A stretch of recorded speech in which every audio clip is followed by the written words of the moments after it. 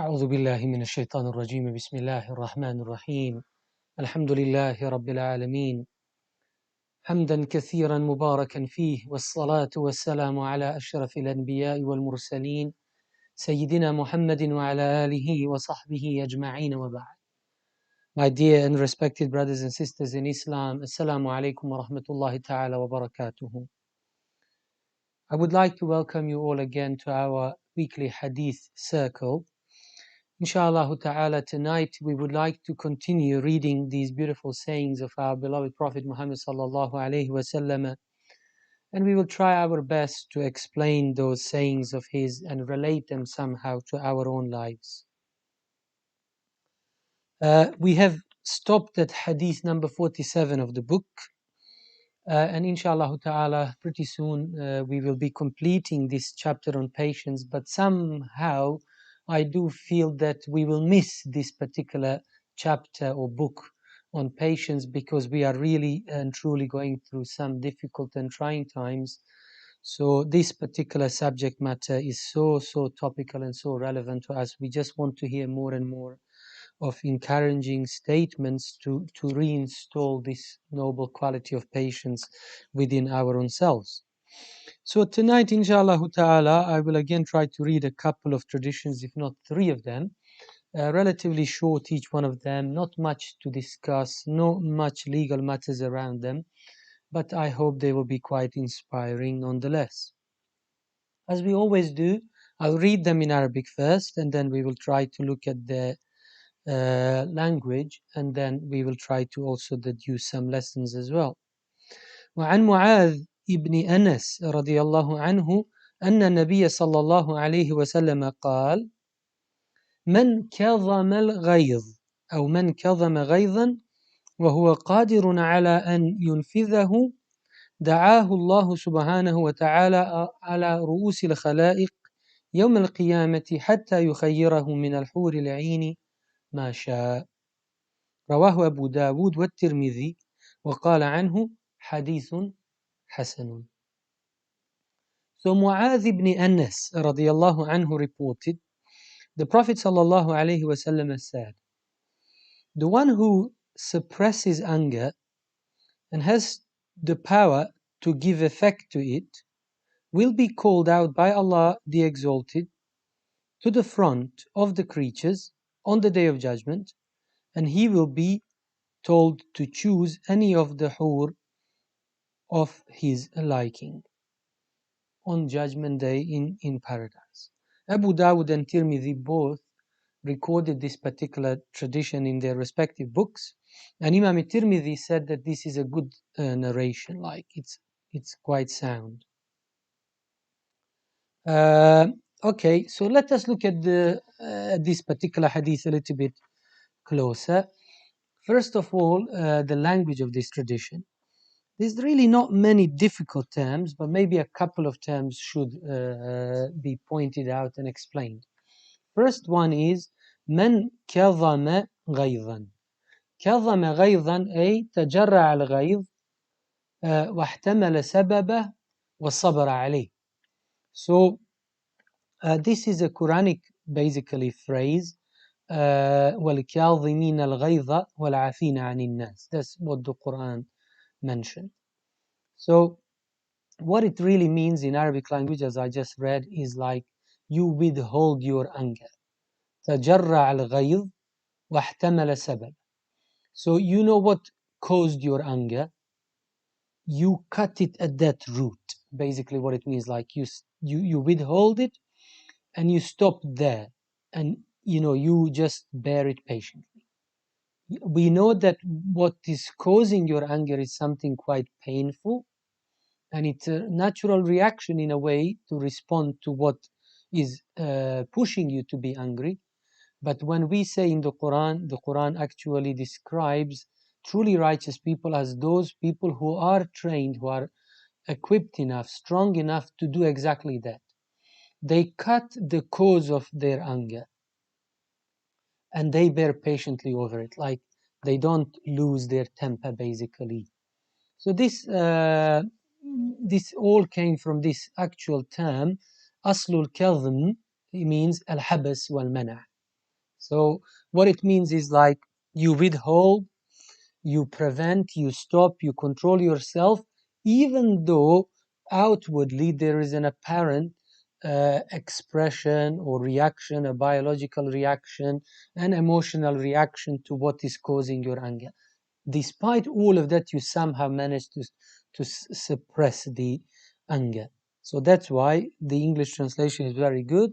Anyone who manages to suppress their anger, and otherwise they could have lost their temper, they would have, maybe lost it, but they haven't, they will have a great reward on the judgment day. So this is the first term. And the second term, which needs explanation in a way, is al-hur al-ain. Of course, again, hurun maqsuratun fil khiyam in Surah Ar-Rahman. And of course, in Surah Al-Waqi'ah as well, we have hurun ka'amthali lu'lu'il maknoon. So we have this notion of hur mentioned in the Quran in more than one place actually, and in the hadith, not only this hadith, but in other hadith, as uruban at-taraban. The Quran mentions that in the gardens of paradise, part of the bliss and joy and rewards for people is that they will have beautiful spouses.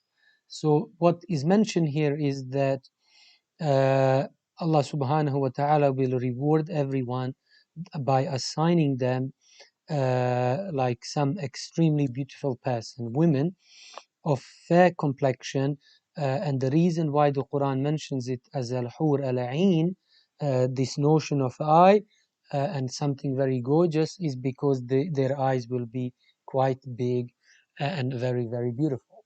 Now, of course, most scholars will say it's talking about the most beautiful ladies that believing men will be awarded in the gardens of paradise.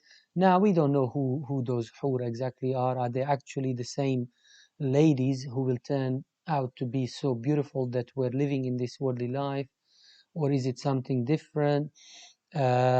Is your spouse, your wife, for example, going to be one of those? And according to some tradition, it seems that it is, and she would be like the head of the hur, the most beautiful of them all, the actual spouse of someone.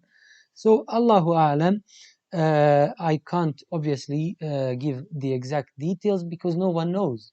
Nobody has been in Jannah and has been yet awarded a hurun ain, but we understand from other traditions that the Prophet ﷺ used to mention that Allah would marry me or provide me with this and that spouse, and he was actually making reference to some pious ladies of the past. So actual people, okay? So it's not angels, it seems like that, uh, or some special creatures, but Allahu Alam, Allah knows best. The whole point really is that it will be beautiful ladies with large eyes or beautiful, gorgeous eyes. Now, what will be the reward for the ladies? There'll be plenty of rewards for both men and ladies. So I don't think so that any one particular gender should be offended by this particular statement.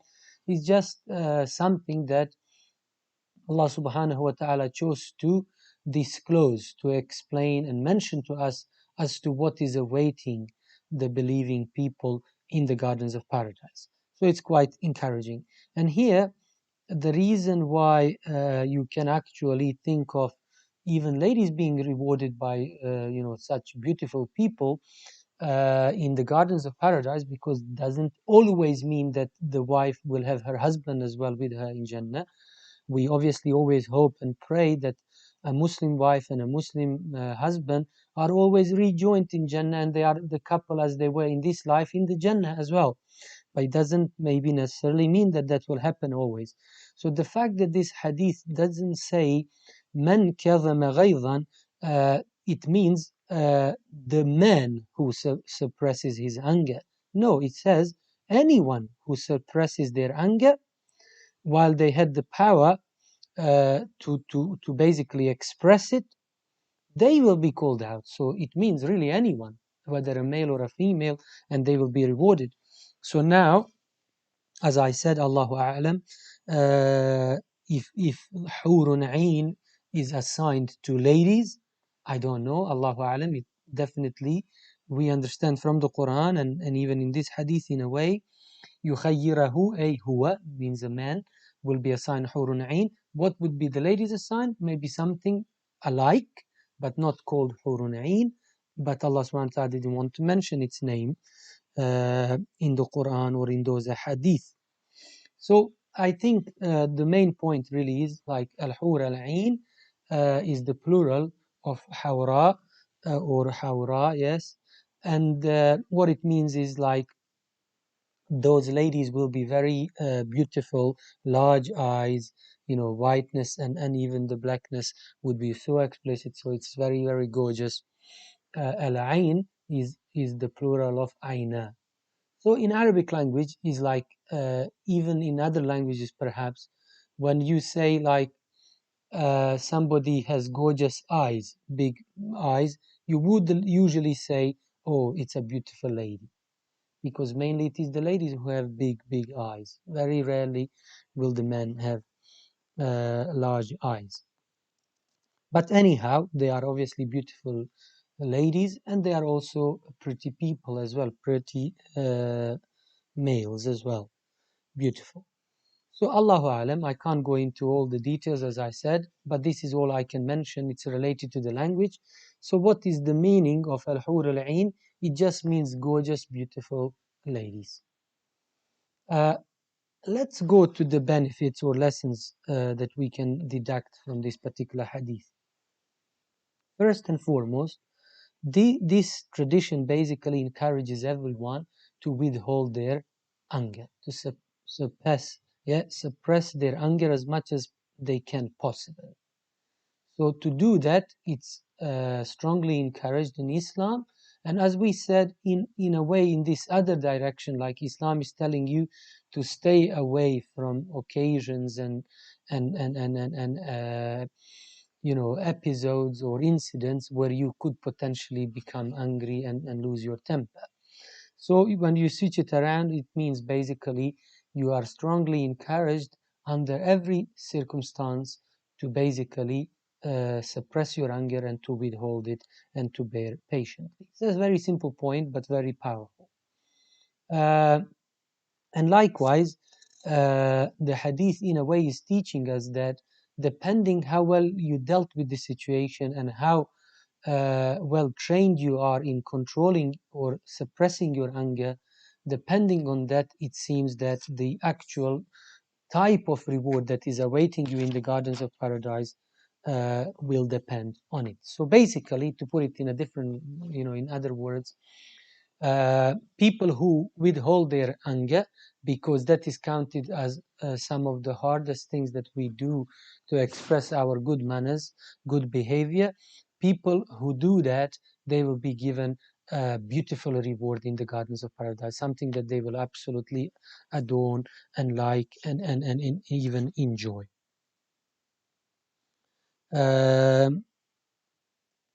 So yes, so this is basically so basically this is what this hadith in a nutshell could mean, and I would leave it there, inshallah ta'ala. I know people might have loads of questions. How does this work? This notion of being assigned beautiful ladies, who they are, what they are. Like I said, the best basically is to not to dwell too much into this, because we don't know and we will never find out in this worldly life. It is only after people have been placed in the gardens of paradise that they will discover all the mysteries of this actual notion and how it all works and how it all makes sense. But we have no reason really to think of anything negative because of this mention, but rather I would say the fact that no one would be left to stay or remain single in the gardens of paradise maybe is the bottom line. So it seems that Allah subhanahu wa ta'ala wants us to get married in this worldly life, to basically settle with a spouse, someone from the opposite gender. In the same way, in the gardens of paradise, Allah subhanahu wa ta'ala won't leave anyone to be all by themselves, but rather He would marry them, or He would marry them with those hurun ain. And the same, I would definitely say, would go to the ladies, they won't be left alone, but they would be assigned some of the most pious and best people. So the limit of wives and this and that, again, we can't comment on that. Allah only knows best what is going to be happening in the gardens of paradise, and what rules and norms will be there, and how we're going to take them. But I know for one, I know for sure, this is what the Quran is explicit, لا غول فيها ولا تأثيم. So there'll be no indecencies in Jannah. That's very important. No one will hold any grudges towards anyone. So no one will be disappointed. And that's the bottom line. So if we say, okay, this has been mentioned, yes, I understand that maybe some ladies may be offended by these kinds of traditions in this worldly life. But I pray that all those ladies who are offended about it now go to Jannah. And once they go to Jannah, I know they will not be disappointed there. Likewise, the same goes for men. Okay, so that's really is the bottom line. I don't know what else to say. If people have any more grudges or issues with this particular notion or principle or reward that is awaiting people in Jannah, they can call me and I'll try to explain it a little bit more and contextualize it a little bit more as well. Now I would like to move to the next hadith. وعن أبي هريرة رضي الله عنه أن رجلا قال للنبي صلى الله عليه وسلم أوصني فقال لا تغضب فردد مرارا قال لا تغضب رواه البخاري. So here it's Abu Huraira. Abu Huraira radiallahu anhu reported a man asked the Prophet ﷺ once for some advice, and the Prophet said, don't get angry. لا تغضب. The man repeated his request several times, and the Prophet always said, don't get angry. So every time he repeated the same request, the Prophet would say the same thing, لا تغضب. Okay, now Bukhari recorded this hadith in his book, so it is authentic, sahih, the highest, more or less, almost highest level of authenticity. This is such a short hadith, that's why I told you tonight we can manage a few hadiths, inshallah. Now, again, of course, Bukhari placed this hadith in his book on, or chapter on anger and how to withhold anger. And more or less, you can say the same thing with Imam Tirmidhi. The hadith that we had before, also they placed that hadith in their respective works on chapter on anger.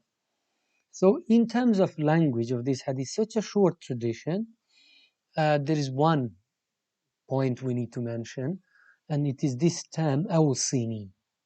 So what it means is like, the English translation says a man asked the Prophet for some advice, for an advice.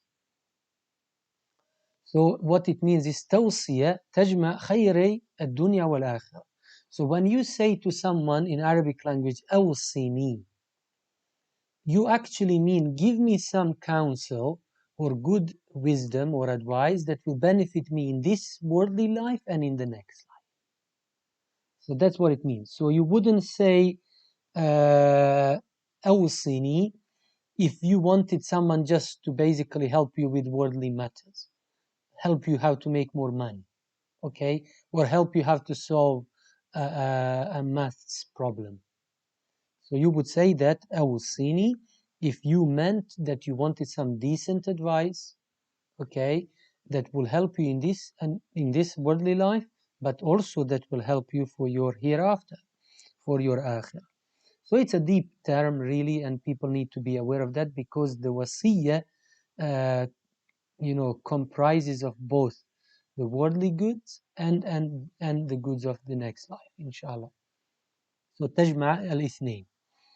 So now we have another riwayah which says of the same story, you can say, another riwayah, it says, the man said, أخبرني بعمل يدخلني الجنة.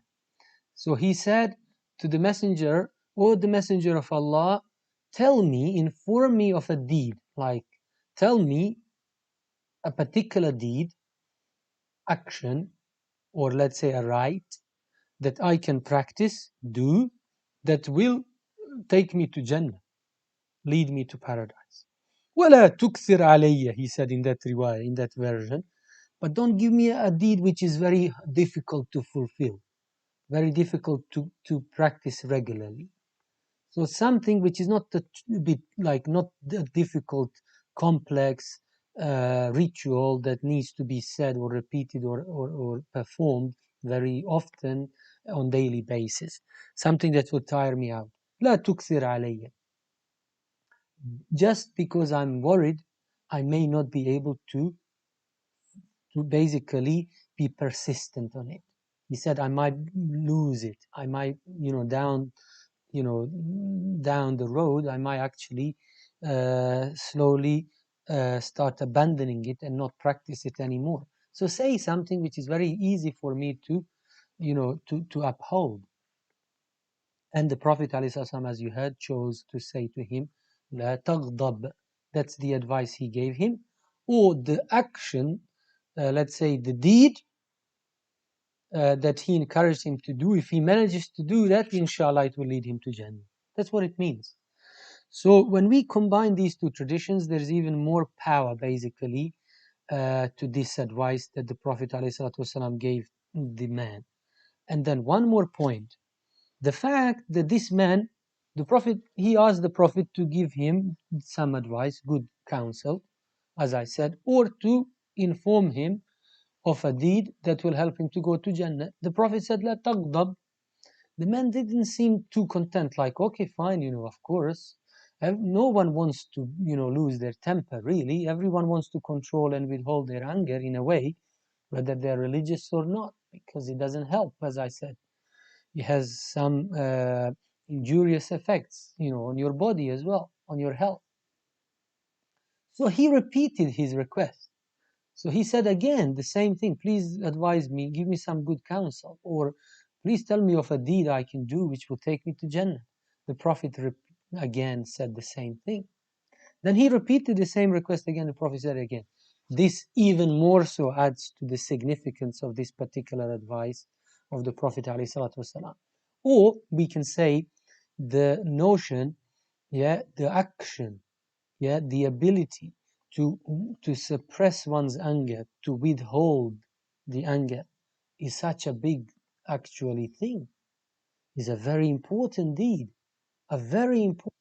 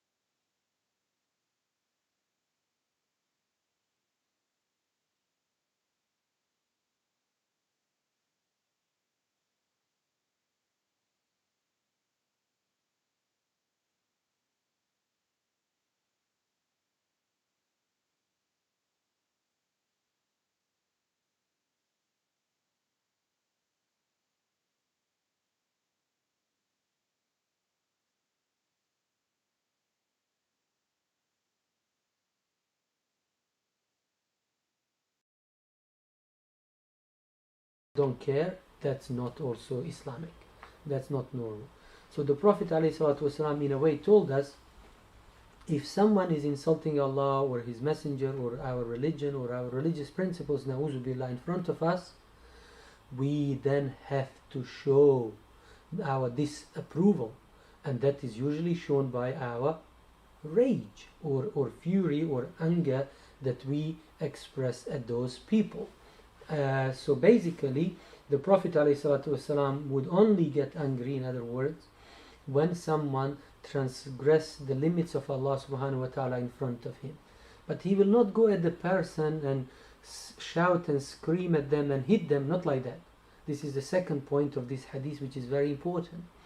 So the Prophet ﷺ will then biologically or physically react or show his emotions, his reaction, his fury, like the fact that he's angry. Like we said last night, احمر وجهه.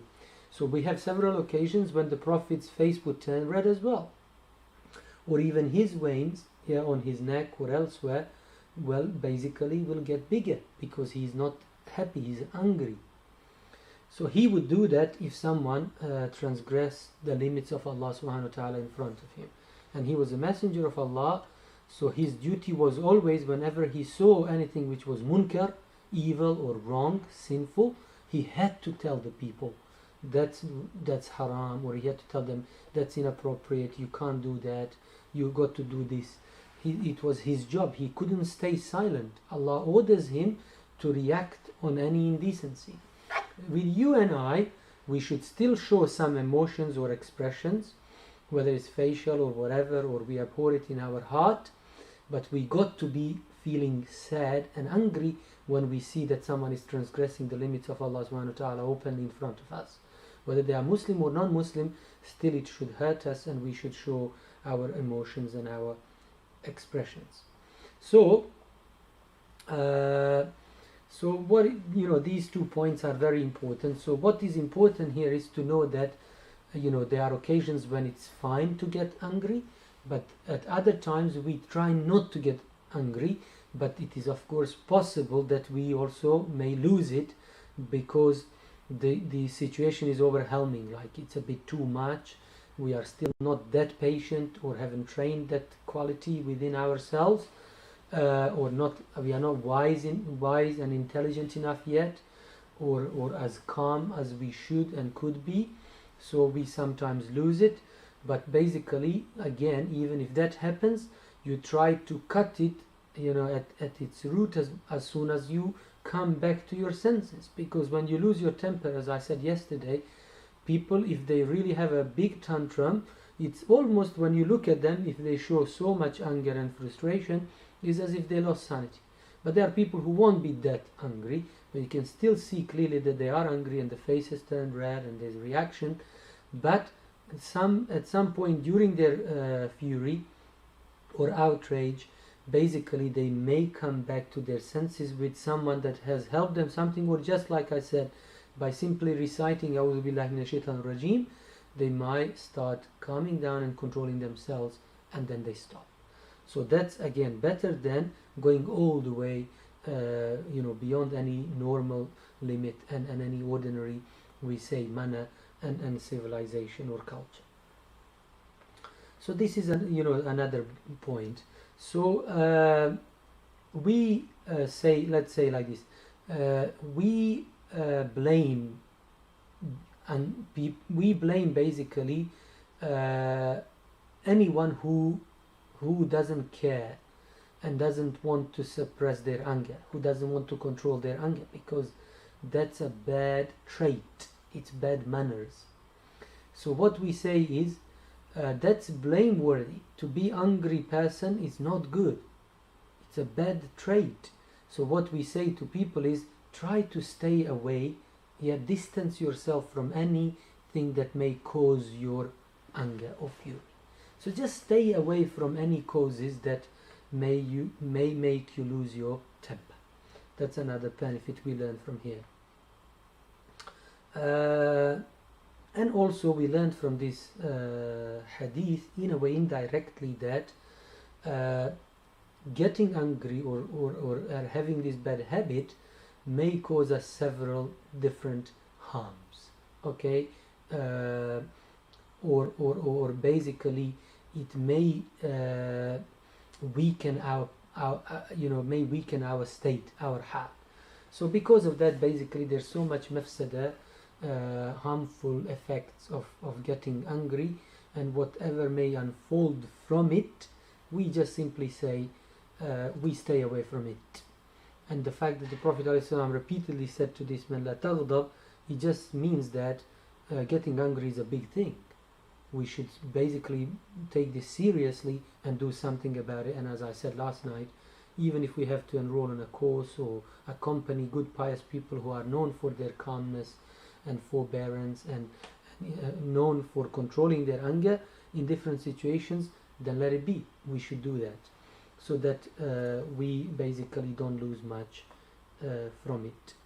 So it's like a devilish tool, a shaitanic tool. We need to be aware of that, and we should just try to stay away from situations that may put us in that predicament and tempt us to lose our anger or temper. So we should just stay away from it.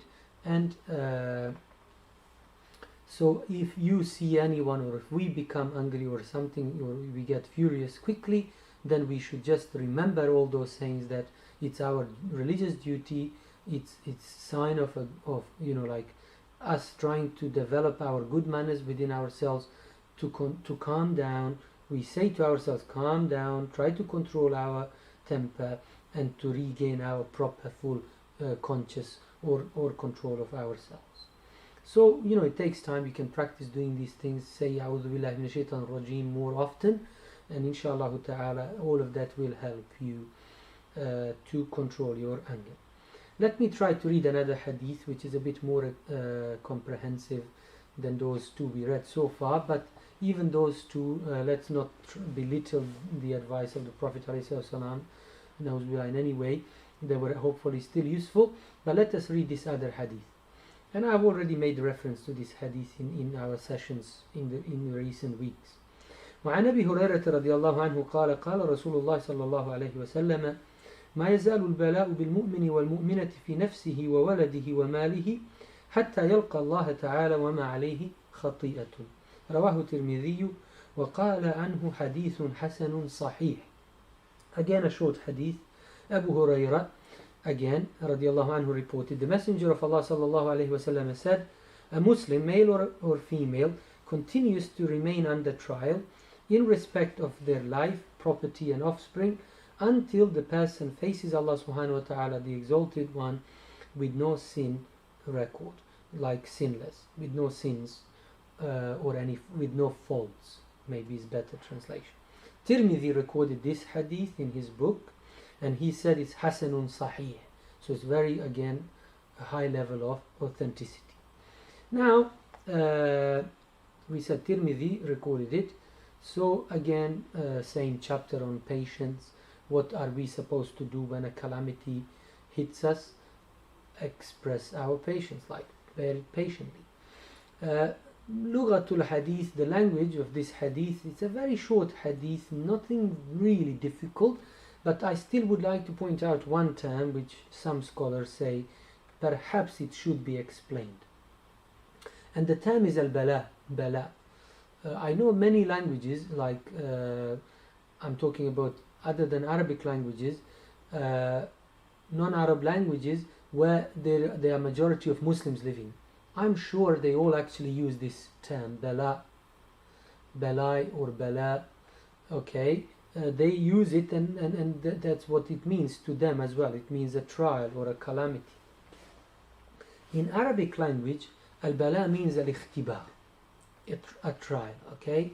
So, سواء كان ذلك بالخير أم بالشر إلا أنه غلب على استعماله بالمصائب. So basically, ikhtibar, a trial, in Arabic language, something is called al-bala, a trial, whether you are being trialed, okay, by good or evil or bad. It's still called bala. bala'un. Like Quran mentions this so many times. However, in the common usage, when we hear this term al-bala, like especially in my language, in Bosnian, or Turkish, we say something very severe, a big calamity. We will use this Arabized term only when there is a big disaster, like a big calamity. So it seems that in common usage, the dominant meaning is that a trial, which means trialing someone with something very bad or something very difficult, almost like evil. Okay, so that's the only thing I wanted to mention when it comes to the language of this hadith. And it is very important for us to know this, because you might conclude this hadith by saying, oh, Allah is continuously trialing me. Yeah, trialing me means testing me, okay, tempting me with something shar, evil. That's not the case. He's also testing you. You don't see it, maybe you don't realize it. There's a test. This whole life is a continuous test. لِنَبْلُوَكُمْ أَيُّكُمْ أَحْسَنُ عَمَلًا. To see, Allah wants to see which one of us is going to do more good deeds, more righteousness. So basically, you could be also tested in your life with things which are khair, good, beautiful, fortune, okay, riches. But you need to understand it's still a test from Allah subhanahu wa ta'ala. Okay, so I just wanted to mention that. Apart from that, nothing else really needs clarification or mention. However, there is one or two benefits I would like to derive from this hadith. So first and foremost, we learn from this hadith that a believer, whether a male or a female again, okay, will be tested by Allah subhanahu wa ta'ala, will be trialed by Allah subhanahu wa ta'ala with all kinds of tests and trials. So the tests and trials of our life will come in all different colors, as we say, like all sizes, all shapes and sizes. Some of them will be very difficult, long, enormous, difficult, stressful, okay, and also will have so much element of, let's say, misfortune or pain or disease or evil. But sometimes it will be very diverse, lots of good things, but in it is your real trial or test.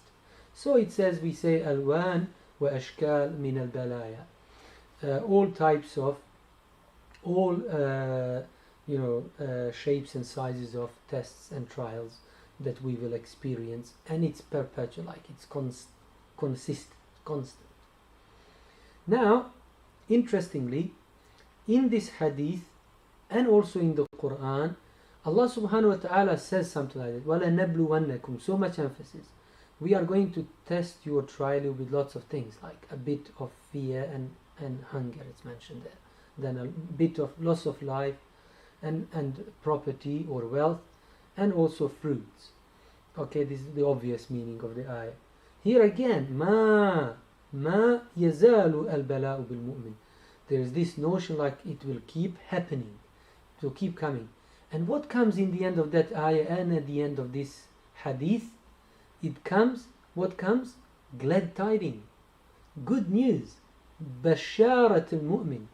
Like bring the glad tidings to the believing men and women.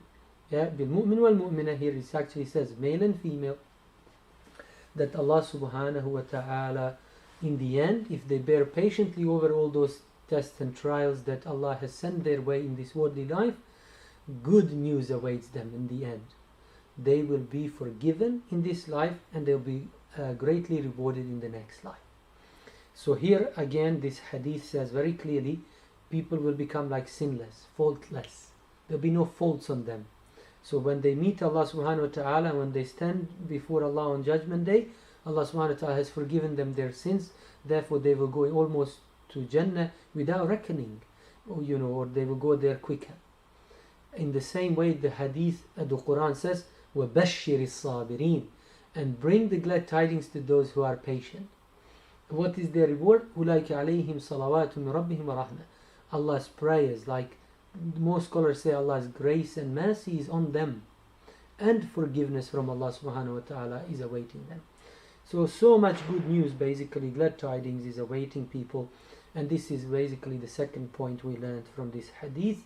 So after all, yes, we have been talking heavy language, let's say constant tests and trials. Who is going to bear that?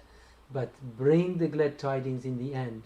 People who show patience, inshallah ta'ala, as a result of us putting up with our trials and tests of our lives, Allah will forgive us our sins. And not only that, He will also reward us with high state or status in the gardens of paradise. So I pray to Allah subhanahu wa ta'ala that He gives us enough patience and strength to put up with any kind of trial in respect of our life or our property or our children, offspring, as this hadith mentions. So the tests and trials will come in all shapes and sizes and in all aspects of our lives, and in aspects of anyone who is related to us in our life, especially like the hard one would be with our children or members of our close families or households, but also our property and wealth. All of that is difficult. However, if we bear patiently and withhold anger, like we just said in this chapter, inshallah ta'ala, wonderful news and wonderful ending is awaiting the believing men and women who show patience, express their patience, and withhold their anger, and don't act don't act in disproportion or in an indecent way on whatever kind of test or trial they faced in their life. I pray to Allah subhanahu wa ta'ala not to test us with things we can't bear, on things that we most probably will fail. And also I just want to mention in the end, the tests and trials which may be called also fitan or bala or ibtila ikhtiyar, are also hidden, zahir and batin, outward and hidden. So may Allah subhanahu wa ta'ala not test us and trial us with hidden trials, because they are so hard to detect, and as I said, they could very much be lots of money or good health or beauty. So let us be tested by things that we can easily detect, but let them not be so severe and difficult and strong so that we can't bear them patiently and can't go over them, but rather let them be very simple and mild and obvious, so that we can inshallah ta'ala figure it out nicely and easily and earn the reward that Allah and His Messenger promised us on it. أقول قولي هذا واستغفر الله العظيم لي ولكم فاستغفروه إنه هو الغفور الرحيم. سبحانك اللهم نستغفرك ونتوب إليك ونصلي ونسلم على سيدنا محمد وعلى آله وصحبه وسلم تسليما كثيرا. بارك الله فيكم والعفو منكم. السلام عليكم ورحمة الله وبركاته. إلى اللقاء. السلام عليكم.